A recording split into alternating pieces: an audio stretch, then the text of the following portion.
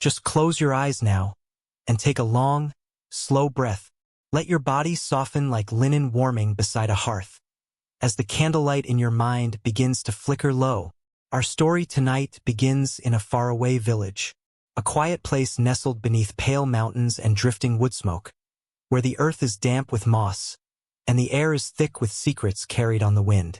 It is the year 1323, and though you may think of these years as crude, muddy, and strange, love still lingered there, in hidden corners of haylofts and behind tapestried halls, not the love of poems or chapel vows, but something older, more ritualistic, more curious.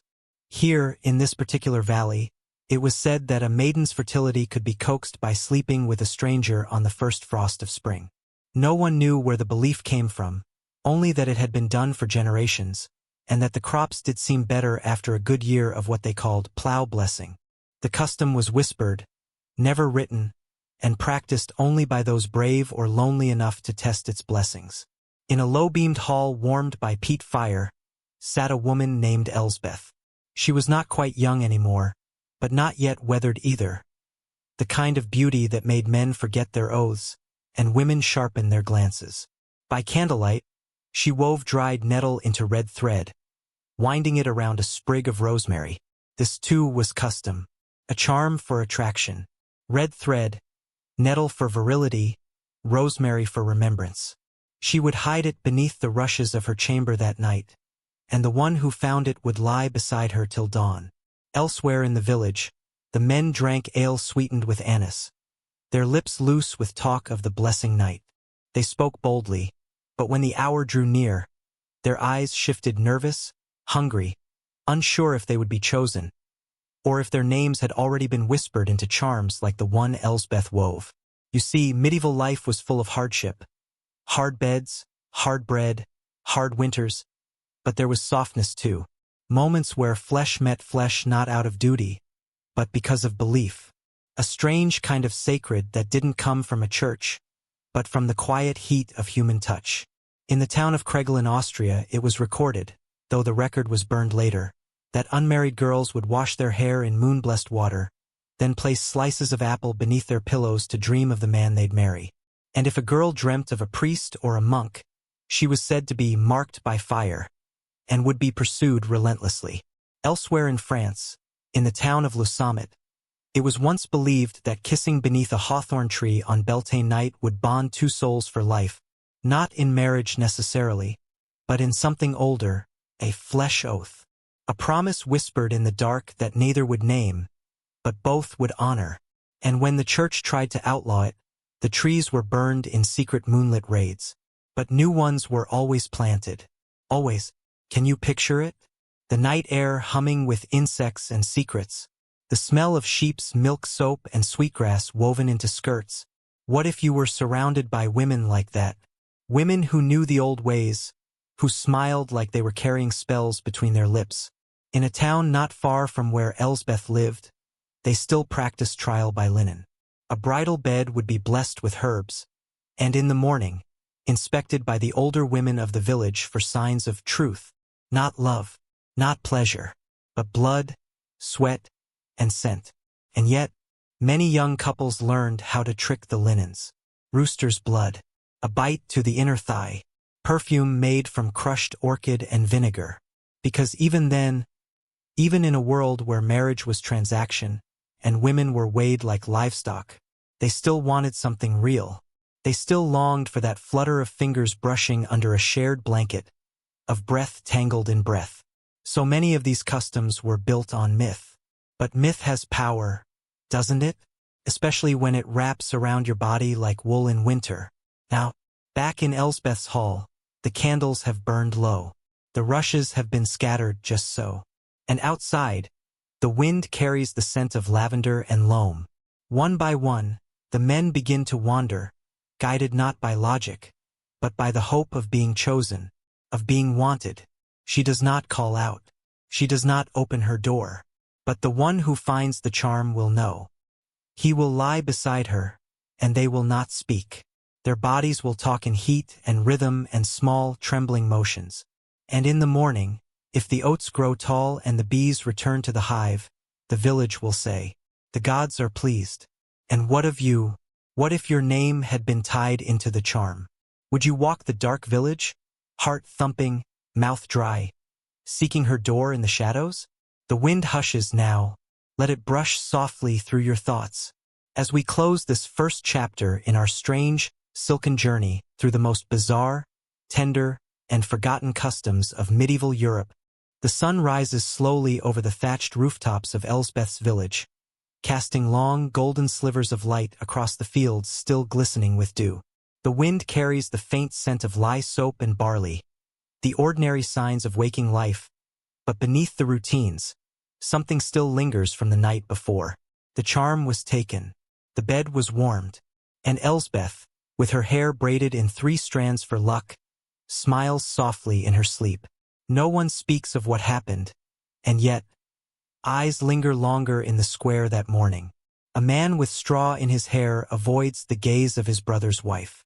A girl gathers water with a slight limp and blushes when spoken to. It is not shame. It is the weight of ritual, old and tangled like ivy on the chapel wall. Not far from this quiet hamlet, in the town of Glarus, nestled in the shadow of the Alps, another tradition was once practiced, though not all agreed on its purpose. It was called the Maiden's Bath. At the start of spring, unmarried women would gather by the river, guided by an elder midwife. There, with silver combs and lye, they would cleanse one another's bodies while reciting rhymed blessings. Half prayers, half charms. The cold water was said to wash away untruths, leaving only the honest scent of skin and spirit behind. It was in these moments, the records say, that many girls found their first secret glances, their first understanding that touch could be more than practical, that love was not only something a priest blessed, but something that bloomed between wrists brushing by accident. One such girl, named Adela, wrote in her linen-bound journal, "When she lifted the hair from my neck, her hands smelled of yarrow and ash, and I feared I would never think of anything else again." This too was a kind of love, unspoken, unsanctioned, but no less sacred beneath the trees. In the eastern provinces of Bohemia, there was another custom far stranger. At midsummer festivals, boys would weave belts from rushes and wear them around their waists, offering them silently to the girl they most desired.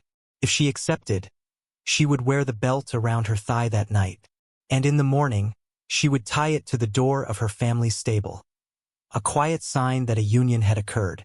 But not all unions were celebrated in daylight. In some regions, love needed secrecy to survive. There were lovers who only met during confession. A whispered sin, a held gaze, fingers brushing through the confessional screen. Priests who heard far more than sins. Nuns who snuck perfumed petals into their pockets, gifted by the boys who waited outside the cloister wall. And even those who married publicly had their own peculiar rites. In certain pockets of northern France, it was customary for the entire village to witness the consummation of a noble wedding, not by entering the room, but by standing outside the chamber, holding candles, singing songs of fertility and teasing as the curtains were drawn. The couple was expected to show the bed linens in the morning, stained and crumpled, and if the stains were missing, well, a second night would be arranged. And sometimes, a more capable relative was suggested. How strange it all seems now, yet how tender in its own clumsy way. Even in a world ruled by fear and fire, people still sought warmth. They still believed that the body was a vessel of magic, that herbs under the tongue or touches beneath furs could bind spirits as well as skin. In a forgotten village near the sea, lovers would place their hands together and press them into damp clay.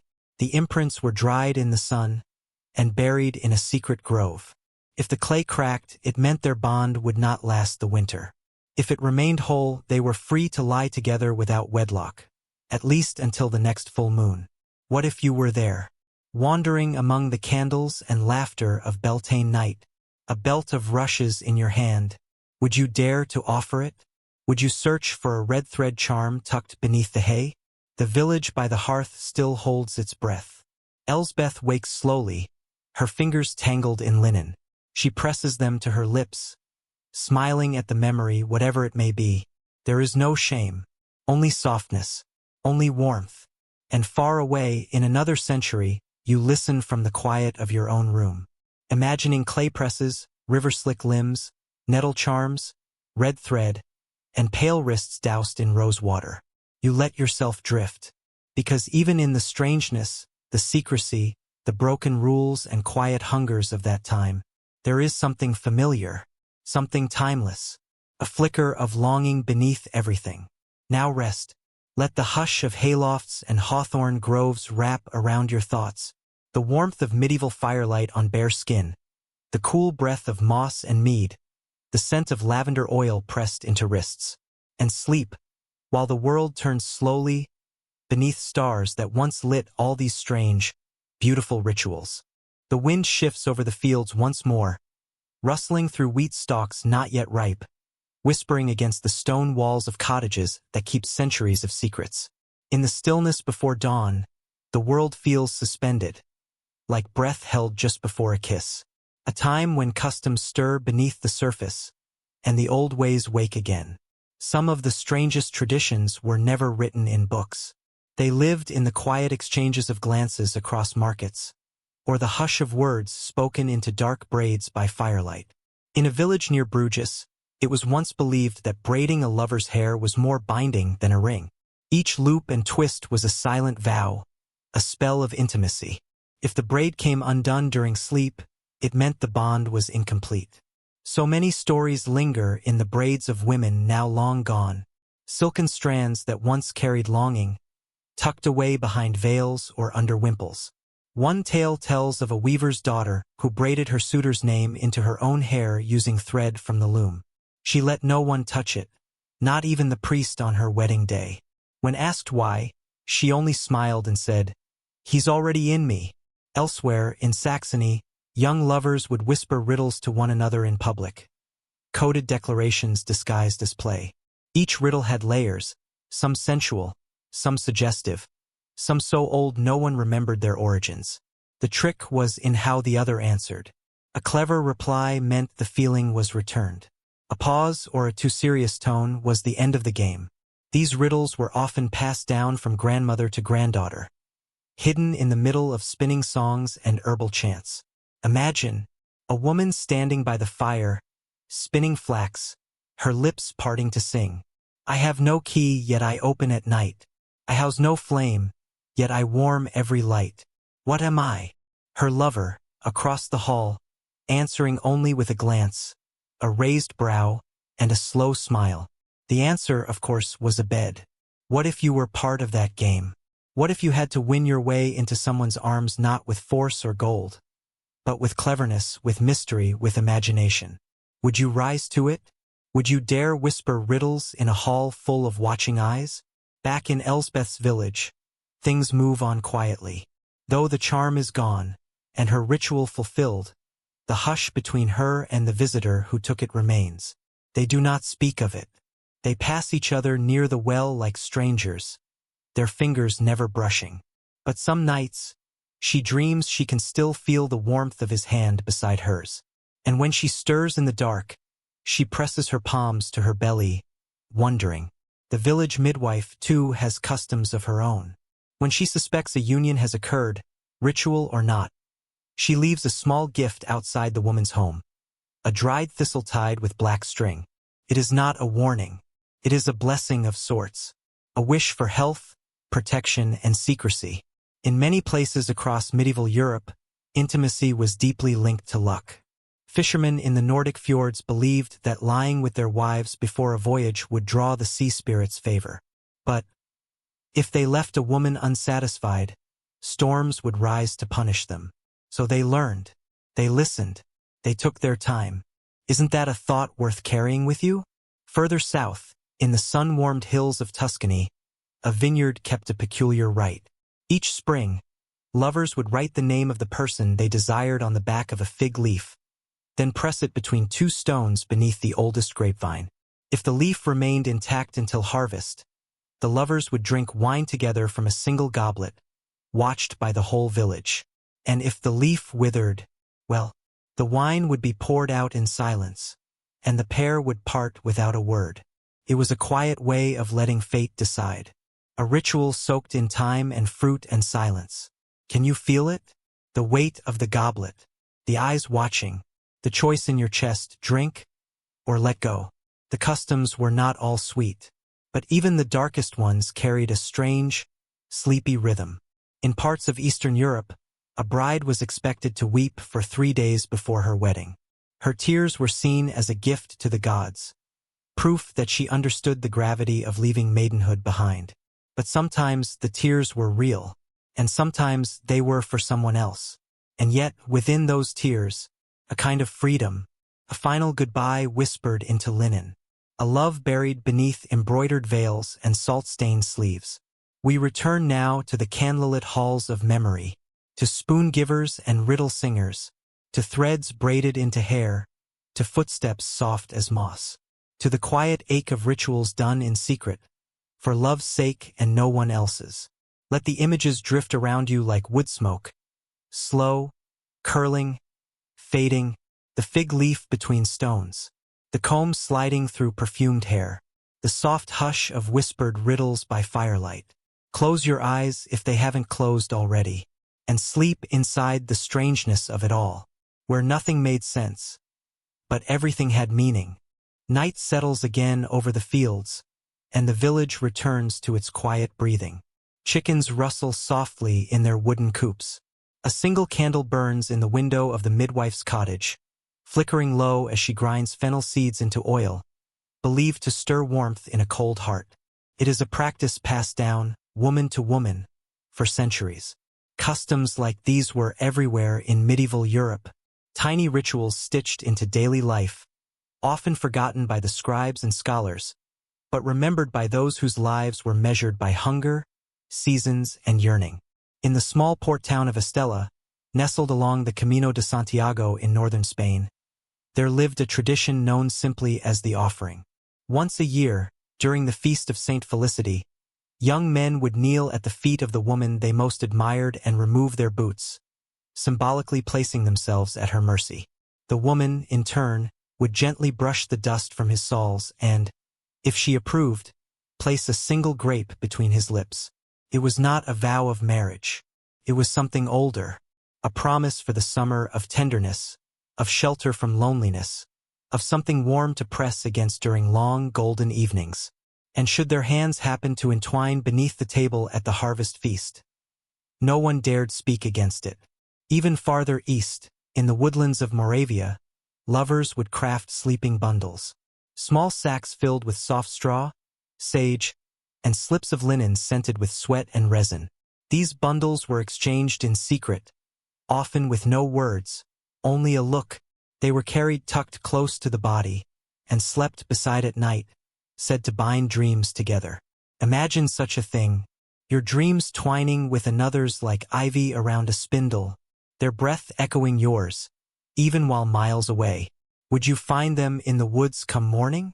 Would your heart still recognize the shape of them? There were even stranger beliefs. In Burgundy, a man might collect the rainwater that fell from his lover's roof, believing it held the spirit of her essence. He would bathe in it on the eve of a journey, to ensure fidelity or to soothe homesickness. Some even drank it drop by drop, mixing it with honey and wine. They called it vin de toit roof wine.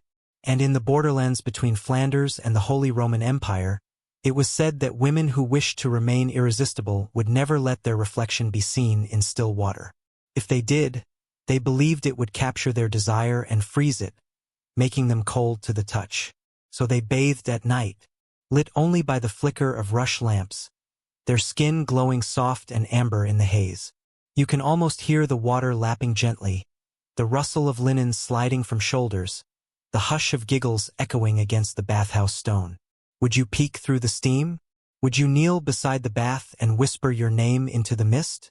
Elsbeth, back in her quiet home, traces a finger along the seam of her window pane. Outside, someone hums a low song as they pass by. She does not look, but the song lingers, and in the hearth, embers pulse with a slow, red light, like the breath of sleeping desire. She thinks of the charm she placed, the warmth that came, and she wonders if the threads have begun to fray, or if they still hold fast. In medieval Europe, sex and affection were not only the domain of bedchambers and brothels. They were in the gestures, the loaf of bread left on a doorstep, the ribbon tied to a sheep's tail, the garland hung from a lover's fence post. These were messages, subtle and scented, each with their own dialect of touch and tone. At the fairgrounds of Nottingham on Midsummer's Eve, there was a strange custom. Men and women would exchange spoons, not for food, but for meaning. A carved spoon was seen as an invitation, a way of saying, "There is space for you in my bowl and warmth on my fire." The more intricate the carving, the deeper the affection. Spirals for passion, leaves for patience, knots for unbreakable longing. Some women collected dozens. Others gave theirs to only one. And one girl, it was said, wore her lover's spoon tied to her thigh beneath her skirts, so that wherever she walked, she carried him with her. Can you feel that? The curve of wood, smooth and worn by fingers. The closeness of a token, the press of a promise tucked close to the skin. These customs, they were strange, yes, but they were also gentle, human, and though centuries have passed, you can still hear their echo, if you listen. In the hush of candle wax melting, in the rustle of a nightdress drawn slowly over the hips, in the lingering scent of lavender where someone once stood.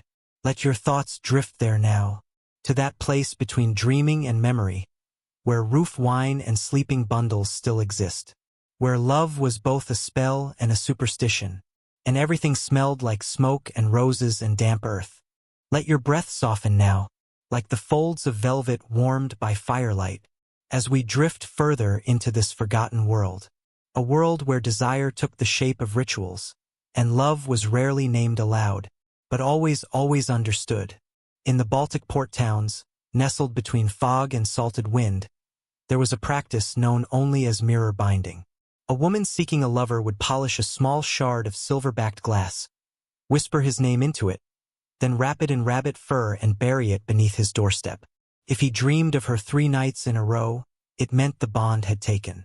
If not, she was to forget him completely. They believed dreams were sacred, and sleeping thoughts could be entangled like wool on a spindle. Some said it was witchcraft. Others simply called it yearning with rules. Can you imagine doing such a thing? Walking past the house of the one you long for, slipping a spell into the soil, waiting each night with your breath held just under the ribs, wondering if he dreamt of your face, your hands, your scent tucked into the folds of his bedclothes? In a quiet monastery garden in northern England, monks once grew an herb called heart's ease. You may know it now as wild pansy, but back then, it was steeped in wine and given to the broken-hearted, a sleeping draught for those who had loved someone who did not love them back. One monk, in a faded marginal note, wrote simply, "She returned the spoon. I drank the ease. I still see her in the vines." Even those who devoted themselves to silence were not immune. In the city of Prague, under a moonlit bell tower, young women would whisper wishes into their linen petticoats before washing them in the Vltava River. If the water turned smooth while the cloth floated, it meant the wish would come true. If the wind tugged it under, it meant another woman had whispered the same name first. What if you lived in a world where love could be measured by how fabric floated? Would you dare to name your heart's desire aloud? Now, let us return to Elsbeth, who walks the narrow path beyond her cottage, her apron stained with berry juice and rosemary clippings. The man from the charm night has not spoken to her since. But every third evening, she finds a single stone placed on her doorstep, smooth, round, and warm to the touch, as though kept in a palm before being left behind. She doesn't need words. The stone is enough. In another village, tucked behind heavy woods, couples would sit with their feet in a shared basin of warm milk and honey before being handfasted. They believed the mixture softened not just the skin, but the soul. If the milk curdled during the ritual, the union was forbidden. If it stayed smooth, they were free to love, without the church, without a scroll, without any permission but the one written in their own blood. These were not crude people. They were precise. Their customs were gentle and strange, like lullabies half forgotten. A lover's name scratched into the underside of a wooden plate. A thumbprint left on the inside of a glove. A handful of linden petals sewn into the hem of a skirt. All these things were part of the ritual landscape of affection. And sometimes, the body itself became the ritual. In the alpine town of Rorus, there was once a belief that freckles on a lover's back mapped the stars, and that tracing them with rose oil in the order of the constellations would ensure fidelity. By firelight, lovers would lie in silence, letting fingertips move like astronomy, not speaking, only breathing, only watching the stars etched into flesh. And in silence, something deeper took hold. Not just passion, but trust. The slow intimacy of knowing someone's skin like a map, and reading it until sleep pulled you both into the same dream. What if you were surrounded by women like that? Women who traced stars into shoulders, who left pansy wine outside your door, who whispered into mirrors and dared the wind to carry your name. Would you answer their call? Or would you place a stone at their doorstep and wait to see if they picked it up? Elsbeth, in the twilight of her garden, fingers the smooth stones she's gathered in a bowl. She does not know how many. She does not count them.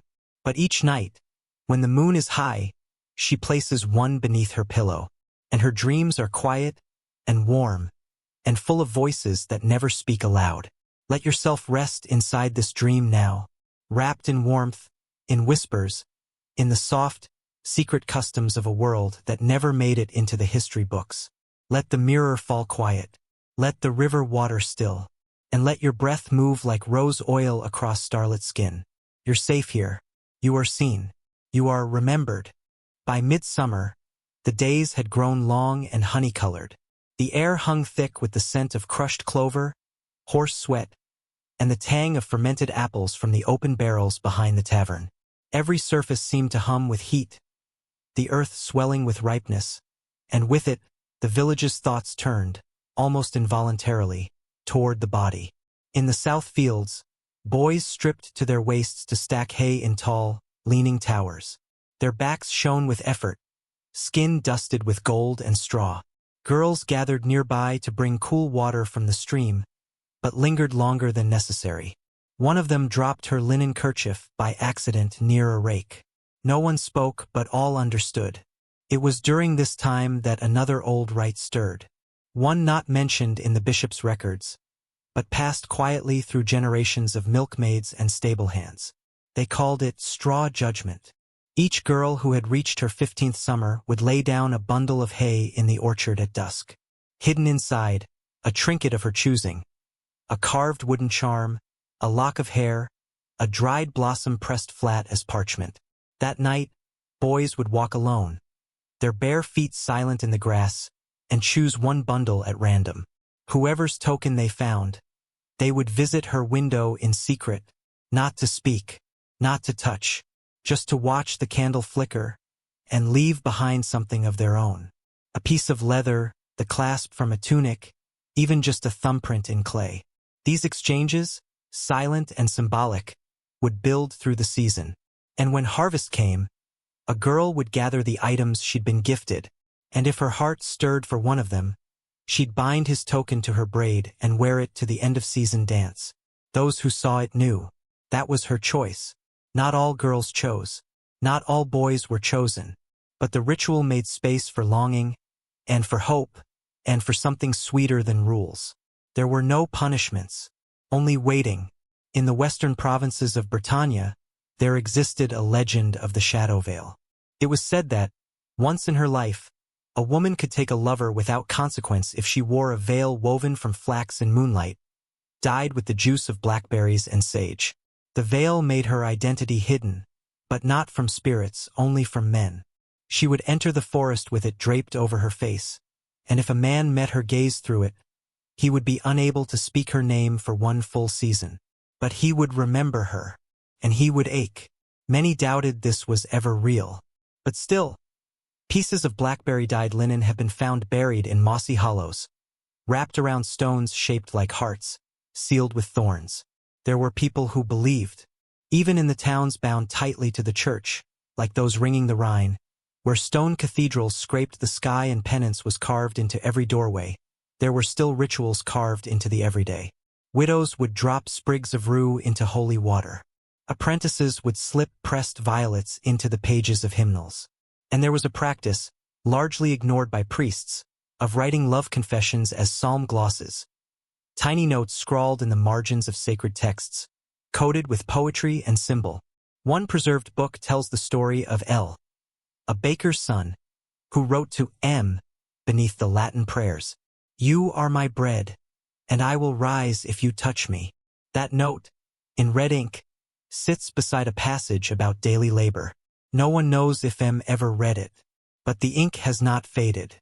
Back in Elsbeth's village, the midsummer night unfolds in streaks of amber and deepening blue. The hedges rustle with moths. Herbs hang from the rafters in fragrant tangles. Marjoram for patience, angelica for purity, mugwort for dreaming. By the fire, she crushes dried bay leaves into a bowl. The bowl is ceramic, cracked at the lip, glazed in a faded cobalt spiral. She's used it every year. She mixes in crushed eggshells and a spoonful of old wine, forming a paste. This is a charm of invitation. She paints it in a circle on the threshold of her home, and sits cross-legged inside it, waiting. She does not speak. She does not hope. The charm is not a trap. It is a permission. Far away, in the frost-hardened villages of Norway, couples once whispered their desires into the wood grain of their bed frames.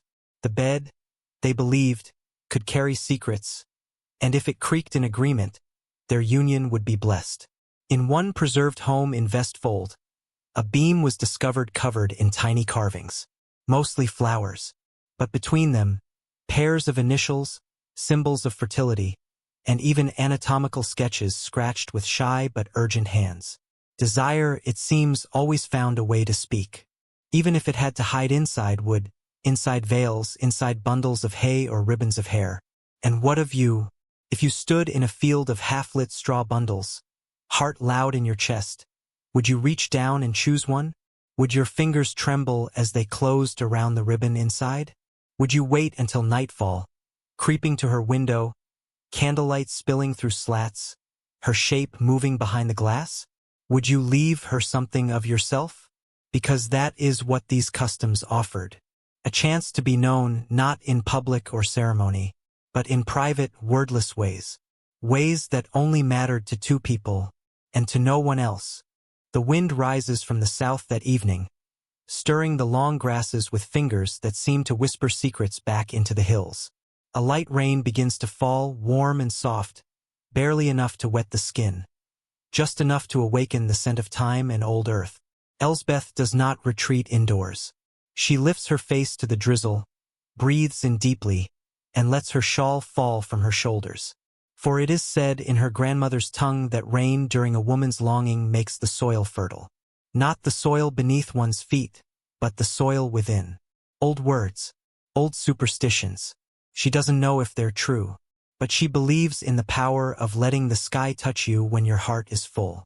In the central provinces of what is now Hungary, women once performed a secret ritual called the tasting night. Each woman would bake a single round of honeyed bread, shaping it by hand without measurement. The bread was not labeled. Instead, the men of the village would taste them all, blindfolded, one by one. Whoever's bread a man chose by flavor, he was expected to find that woman and offer a gift of his own body. Labor, song, or sleep. It was a test not of beauty, but of care. The taste of one's touch. The sweetness of hands worked in silence. Some couples married from this. Others did not. But many claimed the bond, however brief, was as intimate as any contract signed in ink. And in the darkened corners of Germany's Black Forest, where pine trees whispered like old witches and the cold bit deep into the bone, there was the practice of mantle lending. It sounds innocent, but it was not. A woman who wished to spend the night with a man without anyone knowing would walk to his door in the pre-dawn hours, place her woolen mantle across the threshold, and leave. He would wake, step across the cloth and understand. That night he would return it to her, worn, heavy with the scent of smoke, male musk, and unspoken agreement. No one asked questions. The mantle was never discussed, but it was folded and stored with care for winters to come. Imagine that, a silent invitation. No words, just wool and understanding. In the village where Elsbeth lives, the charm circle she painted on her doorstep remains untouched by the rain. It glistens faintly, a thin spiral of wine and ash, flickering like oil in a bowl. And near midnight, just as the clouds part and the stars return, she hears the sound of boots over wet grass. She does not look. Not at first. The visitor says nothing, but in his hand he carries a bunch of chamomile and sage, tied together with red thread. The same thread she used. He kneels to place it at her feet, and for the first time in many nights, she breathes fully. Not in hope, but in answer. Far from there, in the deep south of Italy, where citrus trees bloom against ruined stone, lovers once sealed their promises with citrus oil rubbed into the pulse points. They believed that when two people wore the same oil, they could find each other in the dark, by scent alone. Some wore it to festivals. Others secretly before lying together for the first time. In cramped stone bedrooms lit only by fireflies and olive oil lamps, they would close their eyes and lean close, letting their bodies choose by scent what words could not say. In a surviving scroll from the town of Ostuni, a midwife recorded a tale of two women who used this ritual for years, each pressing the same oil behind the ears of their husbands, while meeting each other in the orchard when the moon was fat and low. They named their children after herbs. No one ever suspected. Back in Elsbeth's garden, a hush falls between her and the man kneeling in the charm circle. He does not rise. She does not reach. But they are no longer separate. Something has shifted. The veil between ritual and reality has thinned. In parts of Brittany, this was known as the still hour. The moment when two people shared space without word or touch, but everything inside them began to lean toward. They said if you spoke during the still hour, the charm would break. So they did not speak. They waited, and the waiting became its own kind of closeness. By the next morning, the fields are washed clean and the charm is gone, vanished into the mud. But the bunch of herbs remains on Elsbeth's table, gently steaming where the sun touches it. Later that day, she crushes the chamomile into a paste, mixes it with beeswax and rose water, and seals it in a small clay pot. This is another custom, to preserve a moment, to turn it into balm. She will wear it at her throat for 7 nights. If no one else notices, it doesn't matter. It is not for them. All across Europe, these quiet customs unfolded like flowers in places no chronicler ever visited. Under floorboards, in hedgerows, behind bakery ovens, under orchard trees, in the chill of empty chapels just after Vespers. They were not written into laws, but they were remembered in touch, and handed down, breath to breath, through hands dusted with flour and fingers stained with herb. These were not affairs. They were not sins. They were simply understandings between those who knew the language of closeness, who knew how to speak with veils and scents and gifts of warmth. And they are still there, tucked in the shadows of the past, waiting to be remembered. The baker's daughter walks through the misty orchard with bare feet, the hem of her skirt damp with morning dew. Each apple tree leans slightly eastward, shaped by decades of wind, and beneath one of them, an older tree knotty with age. She buries a kernel of rye soaked in wine and honey. No one is watching, but the crows shift in the branches above, as if they've seen this before. This is tree binding, a custom once known across the Slavic borderlands. A girl would offer a gift to the tree she believed housed the spirit of fertility. Not for marriage, not for coin, but for desire, held safe and quiet, like a folded letter hidden beneath a pillow. If by harvest the tree bore fruit with redder skin and softer flesh than the others, it meant her wish would be fulfilled. The fruit would be plucked, baked into bread, and shared, only with the one she longed for. She would never speak the words aloud. She wouldn't need to. There were rituals like this in every corner of the world, strange to outsiders but soft with internal logic. In a hamlet nestled among the wet hills of the Low Countries, newlyweds would sleep the first night of marriage with a mirror turned toward them, so their future children would be born beautiful. But lovers who wished only to share a night, and nothing more, would turn the mirror to the wall, so that the moon could not reflect their joined forms. It was not shame, it was control, to decide whether one's love would leave a trace, or remain purely sensation. Elsewhere, on the coasts of Brittany where wind-carved cliffs met the sea, women gathered mussel shells and arranged them in patterns beside their doorsteps.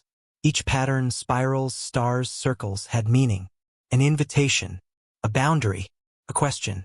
The right man would recognize the shape, would know, for example, that a six-pointed flower meant you may come if you bring silence, while a circle of 13 shells whispered, only for tonight and never again. They didn't teach this in catechism. They learned it from aunts, from midwives, from songs murmured during laundry days or while rubbing lanolin into cracked knuckles. Even brothels had their rituals. In the silkhouse quarters of Avignon, women used a method called coin choosing. A man would place a coin on a wooden tray carved with 12 painted symbols: sun, wheat, knife, dove, flame. Each woman chose her symbol each morning, quietly, after lighting her lamp. The coin would tell him whose presence he'd been drawn to, not just whose body but whose story, whose scent, whose silence. And if the same man returned, and his coin fell again on the same symbol, she'd offer him her real name, just once. Names were power, sometimes the only thing left. Back in Elsbeth's home, the clay pot of chamomile balm sits cooling beside a spoon. She dips her finger into it, strokes it softly across the hollow of her neck, and ties her hair back with a ribbon soaked in cider. This is not for seduction. It is for clarity. The man who came to her circle has not spoken since. But when she passes him by the stone bridge, he carries a sprig of rue in his left boot, tucked visibly, not hidden.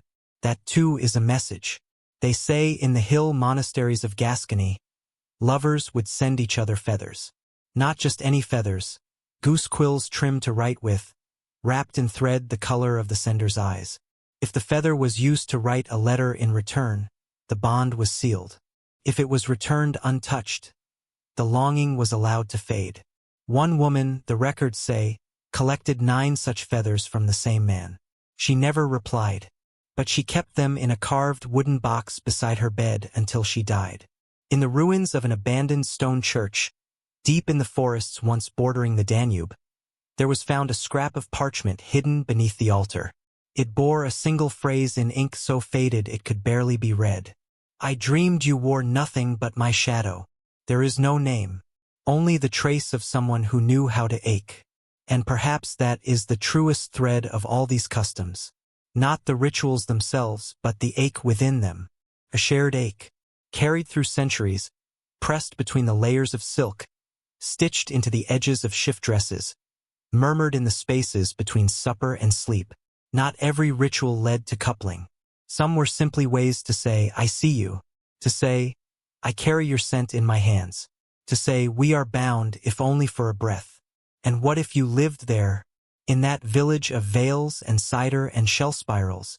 Would you recognize the invitation in a turned mirror? Would you know what it meant when someone placed a mussel shell at your threshold, curved inward like a closing hand? Would you choose to answer? Elsbeth lights a candle in the window that night. Not for guidance, not for hope, but as a reply. Night falls gently across the valley, a velvet hush settling over thatch rooftops and cobbled lanes still warm from the sun. Somewhere, a lute plays a lazy tune from behind an open shutter, its notes drifting like wood smoke between chimneys. In the distance, someone is baking. You can smell it, rosemary and coarse salt, maybe plum if the dough is sweet. In one Highland village near the edge of Wales, lovers used bread as their only form of communication. They called it crust binding. The custom was quiet, never spoken aloud. If a man admired a woman, he would take the heel of a loaf, the densest and most humble part, and soak it in milk until it was soft enough to press flat. Into that soft grain, he'd carve a symbol, a circle for loyalty, a crescent for yearning, a crosshatch for shared labor. At dusk, he'd leave it at her doorstep. And if, in the morning, he found a pinch of salt placed atop it, he was accepted. If the heel remained untouched or worse, had been taken by crows, he would not try again. It was said that only a woman could redeem what had been made heavy. In Alsace, near the lavender fields and long vineyards of what was once the Holy Roman Empire, courtship rituals took on a different rhythm. During the grape harvest, young women wore bells sewn into the hems of their skirts. With each movement, a soft jingle. If a man desired her attention, he would attempt to move beside her without causing her to ring. The trick was not just speed, but grace. To mirror her movement, to listen to the rhythm of her step and find harmony. If he succeeded, she would untie one of the bells and press it into his palm. He would wear it hidden inside his tunic, a music only he could hear. Some men failed many times. Some never tried. But those who succeeded were remembered for the way they walked. And then, there was the rose smoke ritual, practiced for a time in southern France, though no one knows where it began. A woman would dry petals from the first roses of the season, grind them with myrrh and powdered sandalwood, then burn the mixture in a shallow dish beside her bed. This was done only once each year. On the first night, the moon could no longer be seen. The scent would carry through the shutters. And if a man smelled the mixture and came, silently, respectfully, he could sit by the fire with her until dawn. No words, no promises, only presence. It wasn't about coupling. It was about being witnessed, fully, without interruption. Back in Elsbeth's cottage, the candle flickers low. The balm on her throat has warmed with her body, releasing small breaths of chamomile and honey. She stands barefoot at the window, her hands resting on the wooden sill, and watches the garden glisten with dew. From the path, the man approaches again. This time he does not kneel. He carries a scarf, a thin thing worn and gray-blue, and ties it loosely around the gatepost. No words. He leaves. Elsbeth unties it before the morning birds sing. In parts of medieval Bohemia, women were known to sew tokens into their sleeves. Small bones carved with initials, or bits of thread saved from a lover's shirt. It was believed that the closer to the pulse the charm rested, the more loyal the heart remained. There is a story of a woman named Lenka who wore 10 such bones down her arm. No one ever knew which name matched her true desire. But on the day she died, she was buried with them still sewn in. In Icelandic settlements, lovers spoke through combs. Hair in that culture was sacred. A lock offered freely was more intimate than a kiss. When a person wished to court another, they would carve a wooden comb and leave it on the other's doorstep, along with a small braid of their own hair tied through the top teeth. If the recipient combed their hair with it and returned it, a union would follow. One preserved comb found beneath an abandoned sod house bore the inscription, "You may know me by the way I untangle you," and in the narrow alleys of merchant towns, there was the midnight trade, not of coin or silk, but of whispers. If a person passed you at night and whispered only one word, your name, a flower, or even a dream, you had until dawn to find them and whisper something in return. If you did, the exchange was sealed, and your paths would continue to cross, again and again, until something more bloomed. This is how many of the old partnerships began. Not with declarations, but with murmurs, soft things easily missed by those not listening. And perhaps it is better that way. In Elsbeth's cottage, the scarf now lies beneath her pillow, twisted with the weight of meaning. It does not bind, but it speaks. A soft mist rolls down from the northern hills, thickening in the hollows between cottages. By morning, the thatch will drip gently into buckets placed beneath the eaves, and wet footprints will vanish almost as soon as they're made. The whole village breathes slower under mist. Words are spoken in halftones, and glances feel heavier. It was on mornings like these, in the marshlands of eastern Saxony, that women practiced what they called the silent pour. It was a game or perhaps a confession. Each girl would choose a man and quietly pour a ladle of warmed beer or mead into his mug while he wasn't looking. Never more than once, and always without a word. If he drank from the cup, she was welcome to walk with him after the market bell rang. But if he set it aside, untouched, her invitation would never be mentioned again. It taught them to listen for more than speech, to watch for small signs. A slow sip, a shifted gaze, a mug returned clean. In some cases, A man would deliberately leave his cup half full all morning, hoping she would come again. And sometimes she did. Far west, among the salt flats and rocky hills of Iberia, there was another curious rite, practiced only among shepherds who roamed the high pastures, the exchange of wind scarves. A scarf worn around the neck through a full day of herding would be tied to a particular bush or low-hanging branch on the trail. If another shepherd found it and chose to wear it through their own journey, it was a sign of interest, mutual or curious. If, on the next day, that same scarf was returned to the original branch, folded carefully with a tuft of fleece tucked inside, it meant desire had turned into intention. These were lives spent in solitude, on hills where voices barely carried and time passed with the sun alone. So love was slow, made of breath and wool and long, open sky. In a parchment letter from the Pyrenees, one shepherd wrote, "I wore your wind until my shoulders ached, and the sheep followed the smell of you. Back in Elsbeth's cottage, the air feels thick and fragrant. She burns juniper and rue on the hearthstone, not for cleansing, but to mark the space as her grandmother once did. The scarf, his scarf, has been washed and dried in rosemary water. She wears it now at her waist, threaded through the belt of her gown like a signal, subtle but intentional. Later that day, when she visits the herbal stand near the chapel wall, he is already there. He doesn't look at her, but as he leaves, he brushes past and drops a dried clove into her basket. No one sees, but she presses her thumb to it through the linen. Clove, protection, and desire held in check. In medieval Italy, cloves were once known as lover's breath.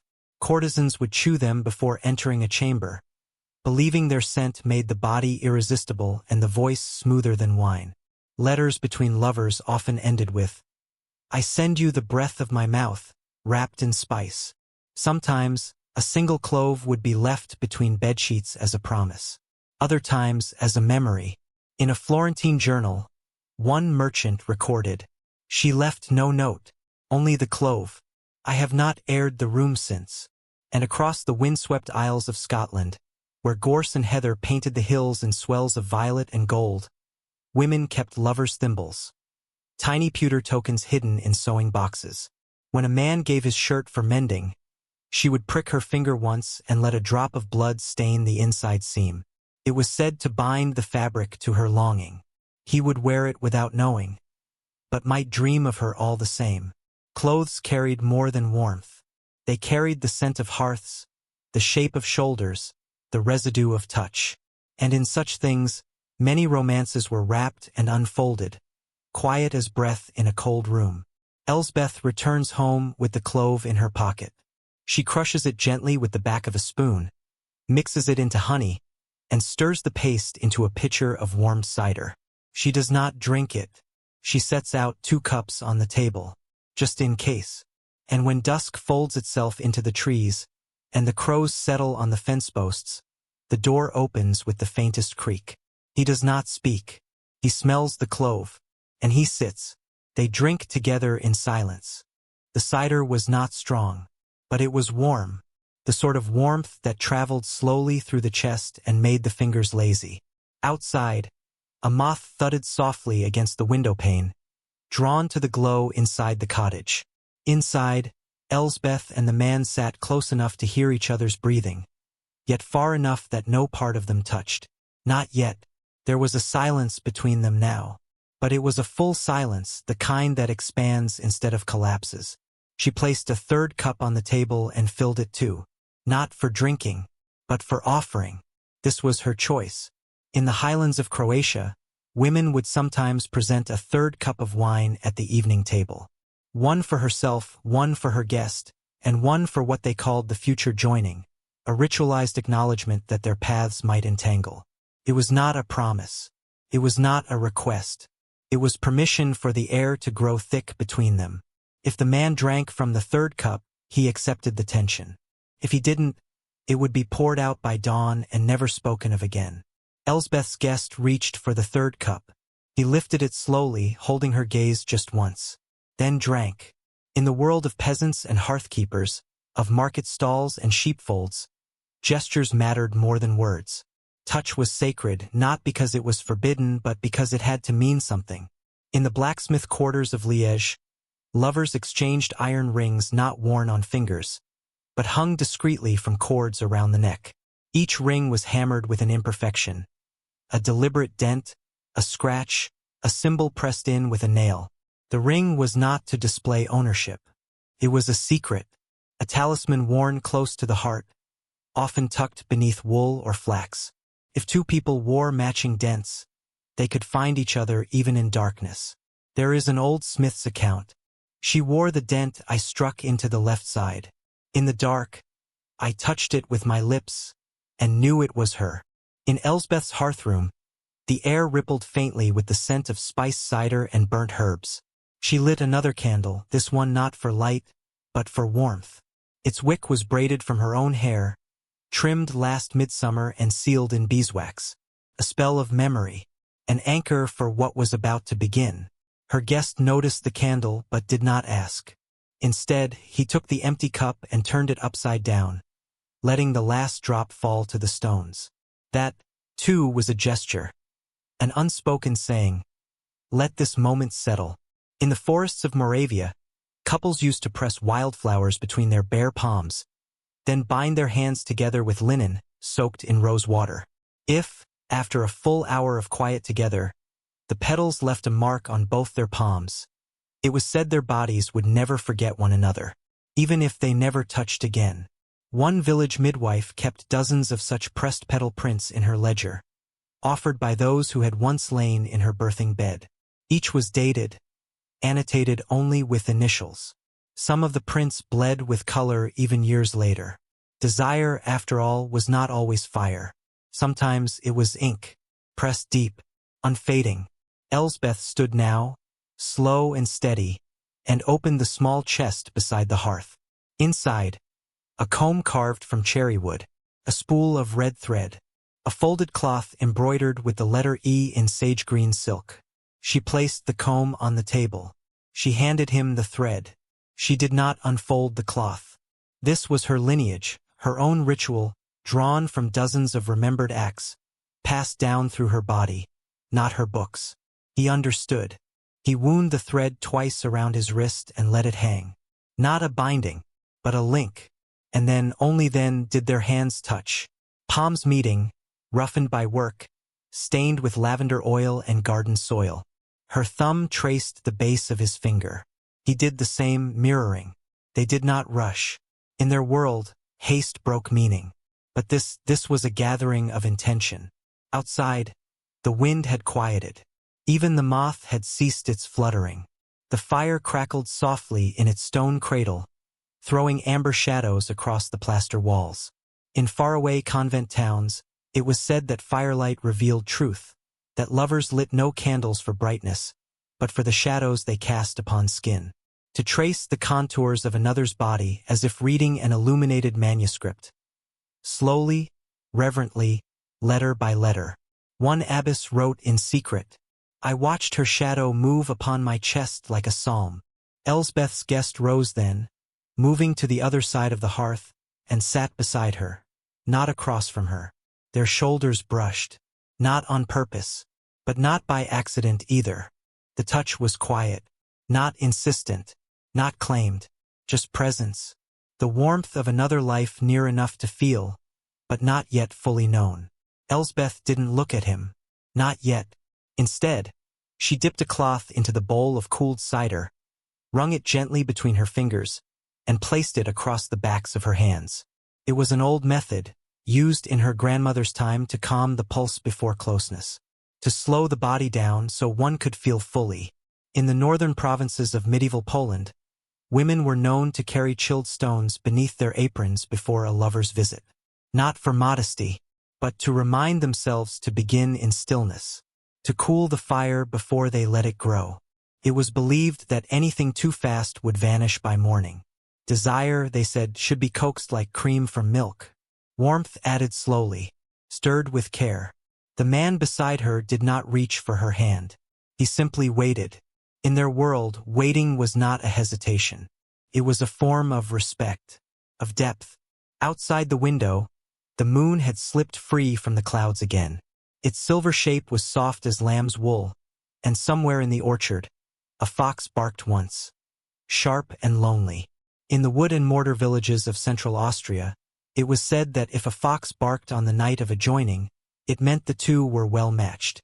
Because foxes, clever and shy, did not sing for fools. Elsbeth smiled, faintly. The scarf at her waist untied itself easily, slipping into her hand. She folded it once, then again, and laid it between them on the bench. Another old signal. A threshold. In Provençal towns, women laid a ribbon between themselves and a suitor when sharing a bench or blanket. It was a simple barrier, one that meant, you may stay, but do not cross unless I move the ribbon. Some ribbons remained between them all night. Others were folded and slipped away in the dark. It was not about permission. It was about pacing, a way of naming desire without pressure. Elsbeth did not move the scarf. Not yet, but her leg touched his now, calf to calf. Barely a brush, and both remained. He turned his hand palm up on his thigh, and slowly, gently, she placed her hand into his. They sat like that for a long time, and elsewhere, across Europe's quiet corners, there were others, unseen, who had once held hands in such silence. In a stonemason's loft in Bruges, where dust danced through slats of moonlight. In a hayloft in Burgundy, the scent of horses and clover thick in the air. In the upper room of a windmill in Frisia, where the sails groaned softly and the night was made of sighs. None of them remembered the same words, but all remembered the feel of linen against the skin, the hush of breath shared, the courage it took to be gentle. Back in the cottage, Elsbeth leaned her head slowly onto his shoulder. She did not ask if it was welcome. She didn't need to.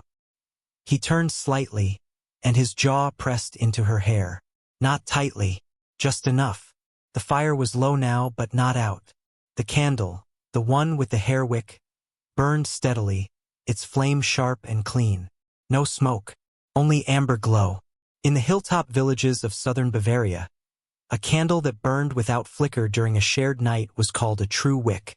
It was said to be a blessing, proof that the union was free of lies. Many lovers would watch their candles as they fell asleep, and if the flame danced wildly, they would part by morning. Elsbeth's candle did not dance. It hummed, and now, at last, she moved the scarf, folded it once more, tucked it into the crook of her elbow, and let her hand return to his. There was no rush in them, but there was closeness, and closeness was enough. For tonight, they did not sleep. Not right away. Sleep was for later, after the stillness had spoken its slow, wordless language. After the fire gave its last stretch and collapsed into ember. After closeness had drawn its circle around them, not with arms, but with breath. Elsbeth and her guest, his name still unspoken, remained side by side on the bench, her head tucked soft against his shoulder, their fingers twined as naturally as ivy winding toward sun. The scarf lay folded in her lap. Neither of them had moved it since. In some medieval Flemish towns, couples practiced what they called night fasting. A chosen night, not for touch, but for presence. Two would lie beside one another on opposite ends of the bed, separated by a ribbon or plank, hands clasped in the dark, hearts bare and bodies fully clothed. The fast was meant to test not temptation, but alignment. They believed if you could share silence for a full night, without reaching, without words, you could share a life. Many married after that night. Others did not. But all remembered the feel of another's hand in that quiet hour before dawn. Elsbeth's cottage knew that hour now. The clock's inner weight turned. Outside no bird called. Only the wind moved, threading itself through cracks in the shutter like a curious cat. The two of them rose slowly, gently, as if waking from a long-held dream, and without need for words, made their way to the cot in the corner. They lay down fully dressed, his boots removed, her braid loosened, and between them she laid the scarf once more, not to divide, to honor. In northern France, women stitched dream cloths for nights such as this. Not sheets, not veils, but small squares of linen embroidered with herbs and symbols, placed between two people who wished to share presence, not pressure. The cloth was believed to collect dreams like dew, keeping them warm and close until morning. Elsbeth's scarf would serve the same purpose. Carried memory now, carried intention, and so they rested, not asleep, but utterly still, letting the weight of the evening settle over them like a soft quilt, letting time slow, its pulse steady and forgiving. In Sienese households it was once said, if you wish to know a man's soul, lie beside him without touching for one full turning of the moon. Only then would his spirit show its shape. No candle now, no conversation, just the quiet warmth of shared breath. Two lives curved around the same hush. She closed her eyes, not because she was tired, but because she wanted to feel him without sight, to listen for the rhythm of his chest rising, to memorize the angle of his arm beneath her cheek. In villages across the Balkans, lovers would learn each other in darkness long before they ever undressed. They called it shadow mapping. Hands traced cheeks, knuckles brushed along brows and necks, the edges of ears, the bones of wrists, each catalogued and named in silence, so that later, when words or clothing had fallen away, they could still find each other without needing light. A form of devotion, a cartography of touch. Elsbeth's fingers moved now, lazily, tracing the line of his sleeve. She did not reach beyond the fabric, just followed the threads, letting her memory form where her eyes could not, and he, in turn, brushed a thumb lightly over the back of her hand. Not to ask, not to claim, just to reply. Outside, the stars turned over. A second fox called, this time farther away. The hearth popped once, then fell still, and in that small room, stone-walled, soot-darkened, thick with quiet, the two of them drifted into a closeness deeper than sleep. No words, no breathy vows, just warmth and understanding. A ritual as old as any carved into the pages of history. Morning did not break. It crept, slow as syrup poured from a wooden ladle, sliding in golden streaks across the plaster wall. Elsbeth opened her eyes before the sun touched her. Not startled, not rushed, just aware. The way you wake when someone else is breathing beside you. He was still there, one arm beneath his head, the other curled loosely near hers, the fingers relaxed in sleep. She did not touch him, but she smiled. In the towns along the Loire, there was a term once whispered by midwives and mothers, murmurborn. It described those rare mornings when two who had lain beside each other awoke not with urgency, but with a hush still between them, as though the night had stitched them together with silence. It was said such couples made the best matches, not because of passion, but because they had learned to wake gently. Elsbeth rose quietly, tucked the scarf back into her chest, and moved about the room barefoot. Her steps didn't echo. She knew each groaning floorboard and which stones to avoid. She lit a small flame with flint, then poured water from a clay jug into a basin, letting it warm by the hearth. Outside, the birds had begun their songs, but softly. Even the sparrows seemed to respect the slow stirrings of the house. She set dried lavender in the water, along with a few slices of pear. This was her morning ritual, one taught to her by a woman named Bruni, years ago in the monastery garden. If a man wakes to sweetness, he will speak to you in honey all day. In some parts of medieval Sweden, women placed apples beneath their pillows on the eve of a shared bed. Not for fertility or luck, but so the scent would imprint onto the linens. It was believed that scent carried longing longer than skin. There are court records of soldiers who returned from war and wept when given their beloved's pillow to hold. Not because it looked like her, but because it smelled like the moment she had left the bed. Elsbeth wrung a warm cloth from the basin and placed it near the edge of the cot, beside a folded piece of bread and a single plum. A breakfast not of hunger, but of invitation. He stirred now, slow, careful, not as one fleeing a dream, but waking into one. He did not speak, just sat up, rubbed his eyes, and looked at what she had left him, and then at her. In a small corner of northern Hungary, couples often exchanged their first words of the day as written notes, not spoken phrases. Not because they feared missteps, but because ink forced intention. A man would write, "You warm the room without fire." A woman might write back, Then stay and be the flame. Elsbeth had written nothing, but her actions had spoken. Warm water, sweet fruit, space.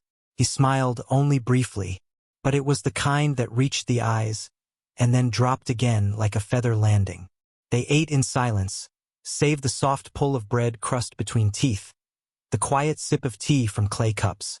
And when he stood to leave, she did not ask when he'd return. She didn't need to.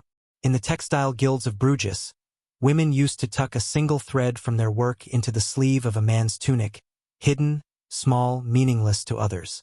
But if he returned with it still woven through, it meant, "You remained with me even when I left."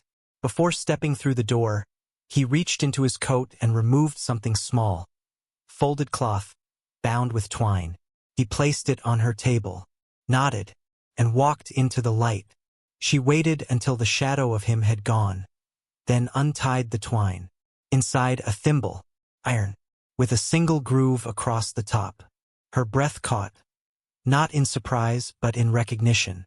In certain parts of medieval Scotland, a man who wished to join his life to a woman's did not present a ring. He gave her the thimble his mother had worn, passed down, marked once with the first wound of a needle. Elsbeth held it in her palm, cool but not cold. The groove across the top matched the tip of her own finger. And though the room was empty now, no words, no fire, no footsteps, it was full. She did not wear the thimble. Not yet. Instead, Elsbeth set it carefully into the small bowl she used for steeping lavender buds. It sat there quietly, nestled like a seed waiting for spring. She let the morning unfold slowly, grinding dried herbs, hanging strips of rosemary above the hearth, dusting the corners where cobwebs gathered like forgotten lace. But her thoughts were full, warmed from within. Across medieval Europe, especially in the borderlands where old customs lingered, love was rarely declared in speech. It was stitched, pressed, hidden in the hems of sleeves or the folds of veils. A favor was worn close to the skin, not pinned where others could see. And to give someone your mother's thimble? That was more than favor. That was legacy. In the villages that lined the Rhine, there existed a quiet belief. Love, to last, must pass through three silences, one of the mouth, one of the hands, and one of the night. Elsbeth had already known two. The third had come with the morning. Later that week, the village held its spring fair. A tradition older than parchment, when men and women wore colors that meant things. When the baker offered sweet rolls shaped like knots, and the blacksmith poured ribbons of melted tin into cool water to divine futures from their shapes. Elsbeth walked among them in a dress dyed with linden flower and green walnut. It was not bright, but it glowed. Her scarf, his scarf, was folded and tied around her wrist. She moved slowly past stalls, nodding to the beekeeper, brushing her hand over stacks of linen. And there he was, not waiting, just walking, as though he belonged to the day. He didn't approach her at once. They passed each other twice. Then, as she paused near a spice merchant's cart, he stepped near and laid a dried fig on the table between them. The merchant raised an eyebrow, but Elsbeth only smiled. She placed a clove beside it, and they both walked on. This too was custom. In parts of Gascony, lovers engaged in market dances, silent exchanges using food and herbs, played out in public among other shoppers. A fig meant desire. A clove meant return. If both tokens were taken by the same hand, the pair would meet again before sunset. Elsbeth returned before the hour bell. He did too. They didn't go back to her cottage. Not yet. Instead, they walked the long curve of the orchard path, beneath flowering branches humming with bees. She told him, finally, her name. He told her his Lawrence. Felt strange in the air, his voice. Gentle, low, steady, like the inside of a cello. In the far corners of Brittany, some claimed that speaking your true name to a beloved created a binding that lasted 7 lifetimes. Others said nothing so dramatic. But most agreed. When you said your name and they listened, truly listened, that was when love began. Lawrence did not ask her anything. No questions. No pressing. But he reached once for her hand, and this time, she laced her fingers through his without hesitation. In the stone libraries of Toledo, there exists a page in a tattered book of customs. It reads, "Some bonds are not tied. They are remembered, like the feel of a hand that fit inside yours before words were needed." They walked that orchard loop until dusk. And when they parted, it was only by a few steps, the kind that promised a return. Back in her cottage, Elsbeth took the thimble from its bowl. She placed it on her work table, pressed her finger into its cool iron hollow, then picked up her needle and began to sew. Not a wedding shift, not a veil, just a square of linen, soft, clean, unmarked. For now, deliberate strokes, her posture relaxed, her mind steady. Outside, birds circled low in the orchard, their wings catching flashes of late spring sun. Inside, the quiet tick of the wall clock kept time with the rhythm of her fingers. She was making a dream cloth. No patterns, no names, only empty space, stitched with intention, not decoration. In the corners, she added small loops of twisted thread, not for hanging, but to mark it as unfinished, to leave space for what was still unfolding. In the convent towns of northern Italy, women once sewed blank squares called veglia veils, evening linens meant to hold wishes and waiting. They were not altar cloths or garments. They were vessels.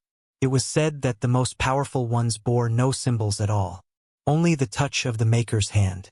Elsbeth set the linen in her window and let the breeze run over it. It carried the faintest scent of lavender, smoke, and pear wood, the same scent that lingered on Lauren's coat. He returned the next evening, not at the door, but beneath the garden wall. She heard the gate creak, the hush of his boots on gravel. When she stepped outside, she found him kneeling beside the rosemary bush. In his hands, a small wooden box. He didn't offer it immediately. He let her come to him, let her take a seat on the worn stone step beside him, where they could watch the wind move through the herbs. Then he opened it. Inside was a comb, carved from applewood, polished, simple. Along the handle, 3 notches had been pressed. One deep, one shallow, one crooked. Marks of a pattern only he knew. But he handed it to her with both hands. Offered it as one might offer bread or water, something sacred in its simplicity. In medieval Wales, a comb was among the most intimate tokens one could give. More than rings, more than letters, because to comb someone's hair was to learn the shape of their silence. And applewood, in particular, was used only for courtship offerings. It was said to hold memory. Elsbeth turned the comb over in her palms. It was warm from his touch, smelled faintly of resin and cedar smoke. She didn't speak. She rose slowly, opened the garden door, and beckoned him inside. That night, she did not prepare tea or light the hearth. She simply unbraided her hair, slowly, one pin at a time, until the soft wave of it fell across her shoulders. Then she handed him the comb. He sat beside her on the edge of the low cot, and with quiet reverence he began. Stroke by stroke, he worked through the strands. He didn't rush. He didn't speak. His fingers followed the curve of the comb, tracing each tangle as if memorizing a language he'd only just begun to learn. Outside, a night bird sang. Inside, breath slowed. In small rural villages of medieval Lithuania, a combing ritual like this was often done before a wedding night, not as preparation but as prayer, to smooth the day from the body, to let the soul be touched before skin ever was. Elsbeth leaned into the rhythm, her body loose, her eyes closed. She had never been brushed so slowly. Every pass of the wood through her hair pulled her deeper inward, deeper into a quiet she didn't know she needed. A safe, sun-warmed hollow inside herself. Lawrence combed until her hair fell like water over her back, free of knots. Then he set the comb down. She turned toward him. Their eyes met, not for long, but long enough. She touched his face once, fingers featherlight across his cheek, then kissed his jaw. Not the mouth. Not yet. The place where speech begins, where desire lingers before it's named. In Silesian songs passed down by candlelight, there is a verse that goes, "She kissed the place he never guarded, and he offered her everything." Lawrence lifted her hand and pressed it to his chest, and for a while they stayed like that, neither advancing nor retreating, only breathing in the stillness they had made together. That night, Elsbeth tucked the dream cloth beneath her pillow. The thimble still sat by the fire, and the comb, now carrying the scent of her hair, was wrapped in linen and placed at the foot of her bed. Not everything must be touched at once. Some things deepen best in shadow. The next morning, dew purled across the garden like spilled milk glass.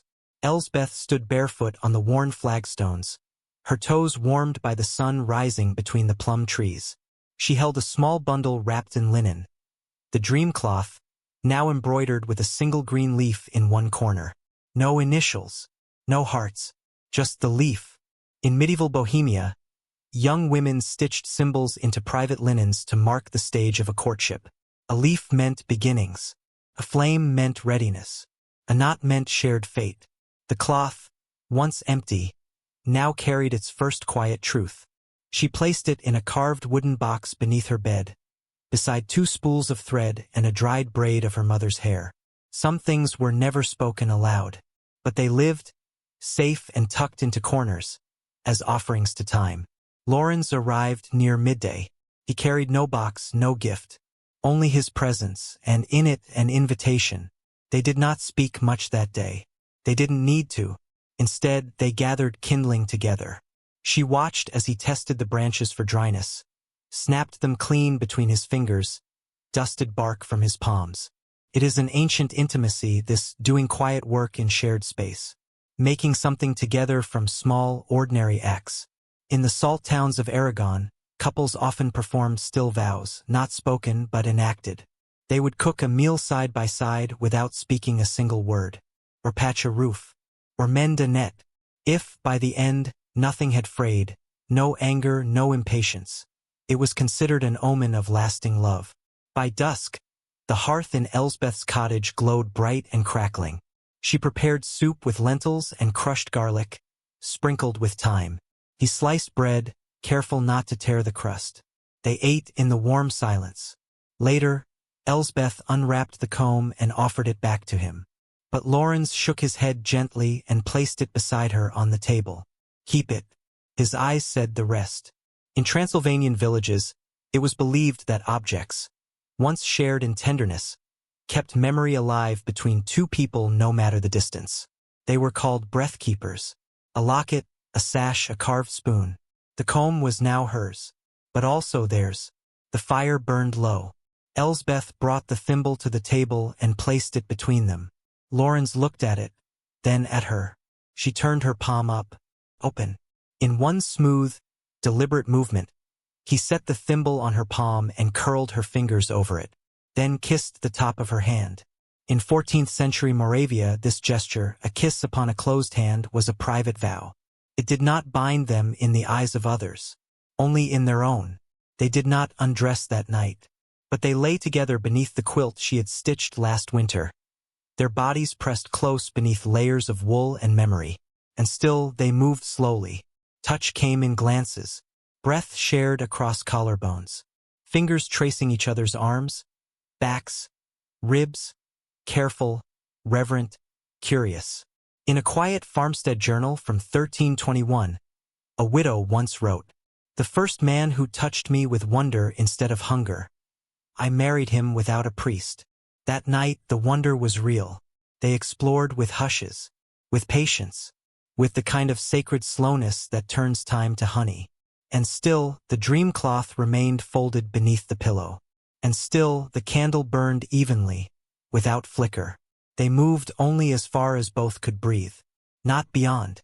And in that measured closeness, wrapped in wool and weight and the faint scent of ash and thyme, they fell finally into sleep.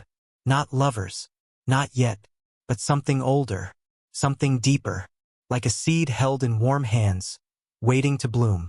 When dawn stirred again, it found them not tangled but aligned. Their bodies curved in gentle symmetry, shoulder to shoulder, knee to knee, the quiet space between them pulsing like a shared breath. Elsbeth rose first. She moved with the care of someone handling stained glass, every step soft against the wooden floor, every gesture an act of reverence. She did not wake him, She let him rest in the hush that morning carries when affection has made its home in the air. Outside, the orchard shimmered with dew. She stepped into the light with a basket on her arm, gathering early pears and violets, her fingers brushing the petals like secrets. In a monastery's garden in medieval Saxony, a scribe once noted, "When a woman gathers herbs after sharing a bed, she is not harvesting plants. She is writing down the memory with her hands." Elsbeth brought the basket inside and placed it near the hearth. She arranged 3 violets on the table. Not decoration, a signal. In the valleys of Tyrol, 3 flowers meant return tonight. 2 meant return soon. 1 meant no need to come again. Violet was the flower of restraint, of affection that asked nothing but presence. Lawrence woke slowly, blinking against the candlelight still flickering in its dish. He saw the violets before he saw her and smiled. No need for words. The day passed in easy rhythm. She gathered wool. He helped repair the shed door that had been sticking since late winter. When they passed in the narrow doorway, their fingers brushed once. No kiss. Not then. But their touch held a kind of fullness that no kiss could contain. Later, as the sun sank low and the sky turned the color of pressed cherries, they shared a simple supper. Onions cooked down in honey and wine, laid over barley bread. Poor man's feast. A rich heart's offering. In the border towns between Flanders and the German states, there was a term, hunger-laced love. When 2 people shared the simplest food and felt no lack, because the taste was wrapped in quiet glances, in shared forks, in fingers brushing across the rim of the same bowl. Elsbeth rested her cheek on her palm and looked at him. The quiet between them had changed. It no longer held waiting, only warmth. She rose, took the 3 violets, and dropped them into the steaming basin she'd set near the hearth. The scent lifted into the air, earthy, sweet, touched with spring. Lawrence removed his boots, unbuttoned his collar. He did not reach for her. Not yet. Elsbeth walked to him and placed a hand against his chest, then moved behind him. She lifted the comb from where it rested and, once more, began her work. In medieval Brittany, it was believed that when a woman combed a man's hair after 3 shared nights, she was choosing to remember him, not as a guest, but as a story in her body's book. As she smoothed the strands behind his ears, she whispered something, soft, near inaudible. Lawrence nodded. They undressed without hurry, each layer folded, each buckle undone like a line of poetry reread aloud. There was no fire beyond the candlelight, but they were warm. Their joining was not a conquest. It was an arrival. Touch slow, breath matched. Her lips traced his shoulder. His hands steadied her hips. And when they came together, it was without the rush of need, but with the softness of 2 rivers meeting. In a forgotten folk song from the Pyrenees, lovers sing, "I am not a flame, and you are not a storm. We are a cup and a steady pour." Elsbeth poured herself gently, and Lawrence received her with reverence. Nothing broke, nothing spilled, only stillness afterward, that perfect, golden silence that no words dare touch. The hush that followed was not emptiness. It was fullness, complete, round, like a bell just after it's rung, when all the sound is still inside the air. Elsbeth lay on her back, the quilt drawn up to her collarbones, her breath soft and deep. Beside her, Lawrence rested on his side, one hand gently curled near her hip, not clinging, not claiming, just there. Outside, the wind moved through the orchard in slow waves, rustling the branches as though reading each leaf by touch. Inside, the candle had finally guttered, its wick folding inward with a small hiss of surrender. They didn't speak, not because they had nothing to say, but because everything had already been said through lips, hands, limbs, and breath. The body, in medieval mysticism, was once called the second script, not a contradiction of prayer, but its mirror. And the bed, when approached with reverence, was a kind of altar. In small abbeys across southern France, monks and nuns transcribed manuscripts filled with quiet references to love's gentler arts. They knew that longing could be sacred, that the tender act of 2 people truly seeing each other was not sin, but devotion. Elsbeth turned toward him. Their eyes met again. And in that glance, something whole. Lawrence reached beneath the pillow and drew out the dream cloth. He unfolded it with care, held it in both hands, and turned it so the green leaf in the corner caught the faint moonlight. Then he kissed it, not for show, not for her, just to honor it. In medieval Dalmatia, lovers were known to sleep with symbolic cloths between them until the third shared night. On the fourth, the cloth was either burned to release the wish, or stitched into the lining of a shared garment to preserve it. Lawrence handed the cloth back to her. She didn't burn it. Instead, she rose, walked to her sewing box, and fetched a small square of deep red wool. She placed the leaf-stitched linen atop it, then folded them into one another. The colors, green and red, together meant desire chosen freely. In medieval herb lore, those two hues represented opposing but harmonious forces. Green for patience, red for fire. Together, they were considered the perfect match. Elsbeth tucked the bundle into the quilt's edge. No one would see it there, but they would feel it. She turned back to Lawrence, and when she lay beside him again, he reached for her hand beneath the covers. It was late, and sleep would come, but before it did, he spoke her name. Just once. And she replied with his, just once. There is a line in a 12th century letter from a knight to his lover. When I speak your name aloud in the dark, I believe the moon listens. And perhaps she did, because in that moment, light spilled across the windowsill, silver and soft, and the night became warm again. They drifted then, into sleep, into each other, into the quiet knowledge that something true had rooted. Not a fever, not a frenzy, but something slow and certain, like water deepening in a well. In the blue hush of early morning, a soft fog drifted across the orchard, wrapping the trees in a shawl of silence. Elsbeth stirred beneath the quilt, warm from the shape beside her, the weight of night still cradling her limbs like soft wool. She did not move right away. She let the feeling steep. Lawrence was already awake, his eyes open, watching the beam of pale light crawl slowly across the ceiling beams. He hadn't spoken since her name had passed his lips the night before. But in that silence, something had shifted. They sat together for breakfast, stewed apple with cinnamon, a heel of honeyed rye, 2 mugs of warm goat's milk, and the quiet between them felt like velvet. Elsbeth placed a hand over his briefly as she cleared the mugs. No squeeze, just a resting warmth. In medieval Corinthia, a woman who laid her hand atop her lover's after 3 nights of sharing the bed was said to be inviting the anchor. It was not a proposal, not a vow. It was simply a gesture. I would not mind if you stayed. Lawrence kissed the inside of her wrist, then rose. There were tasks to do. The outside world was still waiting. He left without farewell, only brushing his shoulder softly against hers as he passed through the doorway. And somehow that said more than 100 words. Elsbeth returned to her garden, gathered rose hips, then stood quietly beside the drying line and looked toward the hills. She was not waiting. She was remembering, because love for her had never been about clinging. It was about creating a space where someone could rest and return. That night he did return, with a gift, not in his hand but on his skin. As he stepped through the door, she noticed it. A ribbon of blue thread tied around his wrist.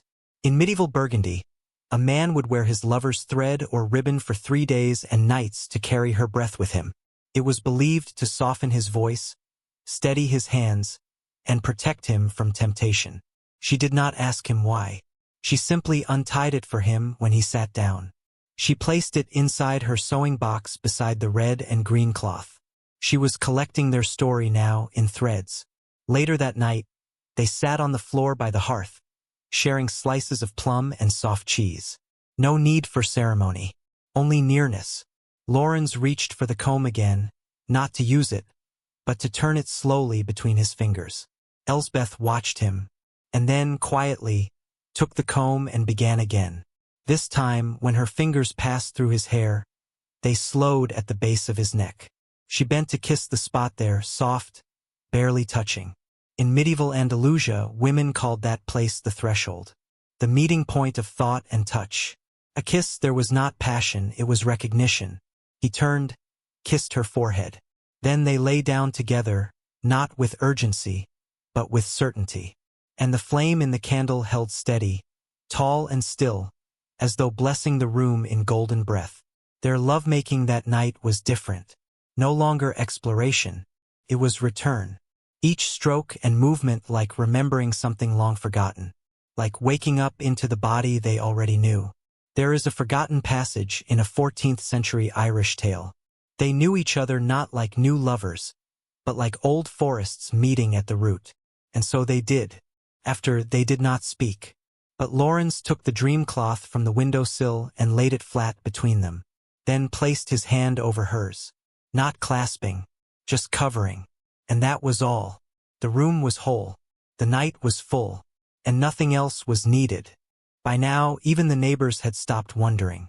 They saw Lawrence come and go, always at dusk or just before sunrise, and no one asked where he stayed. In medieval villages, privacy was not in locked doors, but in shared silence. When something was precious, people chose not to name it.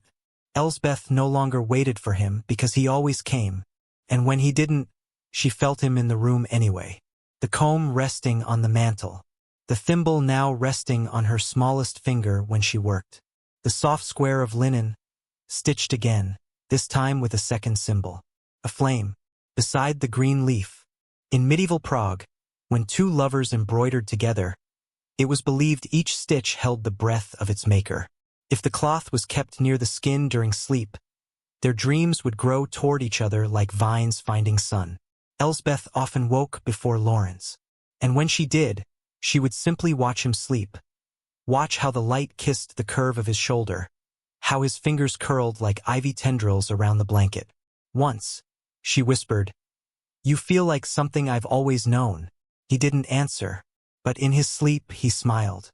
That morning, as the rain came in a soft curtain across the garden, she taught him how to mend a torn seam. They sat close, elbows brushing, as she guided his hands with hers. In coastal villages of medieval Croatia, it was said, "If he learns your thread, he learns your life." Lawrence fumbled the first few stitches, but he listened, and more than that, he laughed. Elsbeth hadn't heard him laugh like that before. Not loud, but warm, and it filled the cottage like steam from the hearth. That night they bathed together, not in a tub, in a wide copper basin, filled with warmed rainwater and steeped rosemary. She poured the water over his shoulders using a clay ladle. He did the same for her. In 13th century France, lovers often shared ritual baths after 7 nights of closeness. It was not about cleanliness.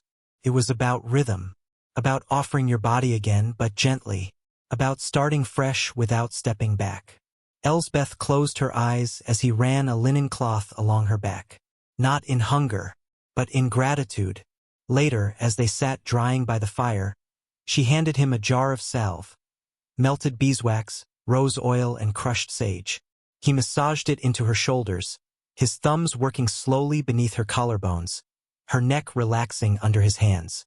She tilted her head to the side, let her lips part, and that was how the kiss came, slow, soft, and full.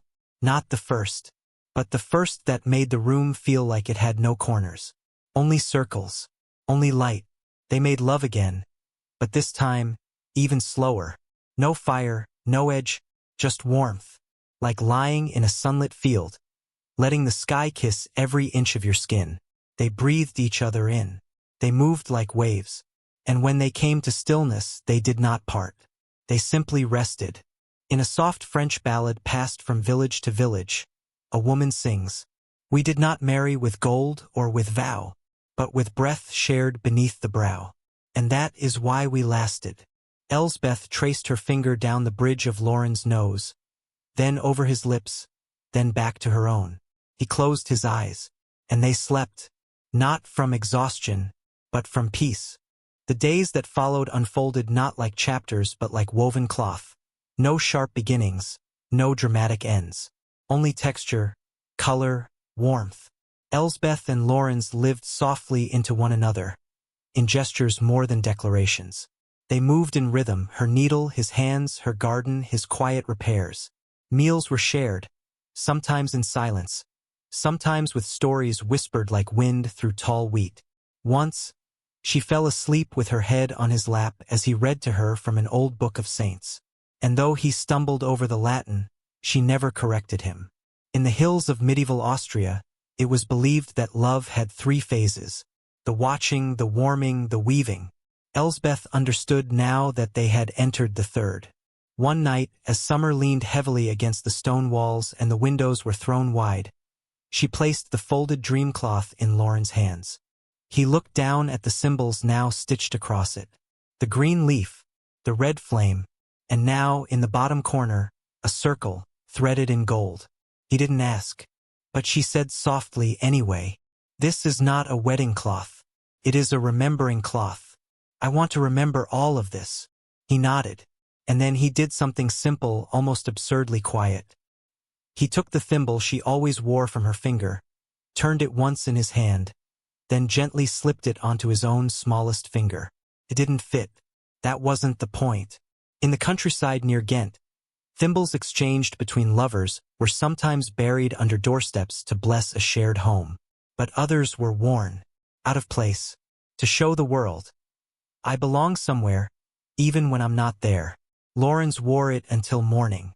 When the autumn wind began to carry the scent of firewood and fading pears, they spoke of what would come. He would not always stay in the village. He was a traveler by trade, his hands made for maps, not fences. But Elsbeth was no gatekeeper. She would not bind him. Instead, she handed him the dreamcloth wrapped in waxed linen, tied with her ribbon. "No matter where you go," she said, "take this, lay it beneath your head, and I'll meet you there." He kissed her then, not hungrily, not sadly, but with the softness of someone who has touched the center of something rare. And when he left at sunrise, she watched him go with a heart full, not broken. In a 13th century Baltic folktale, lovers part on a misty road. One leaves, one stays, but both continue the same story, just in different chapters.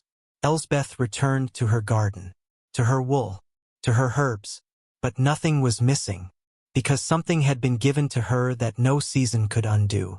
Every evening, she laid another square of linen in her lap, each one stitched with a new shape: a pinecone, a ripple, a crescent moon. Each one whispered of him. And in quiet houses across the land, other women stitched too. Other men returned wearing ribbons. Other dream cloths were unfolded. Other thimbles kissed by candlelight. Because the strange, tender, beautiful ways that lovers touched one another in the medieval world, they were not strange at all. They were stories, and stories never truly end. They soften, they echo, they hum, long after the last line has been spoken. So if you were surrounded by women like that, who stitched instead of asked, who kissed with wonder, who offered silence instead of chains, what would you give them? A thread? A flame? A vow made only in breath? Or perhaps just the quiet promise to remember? Always, subscribe me for more like these videos.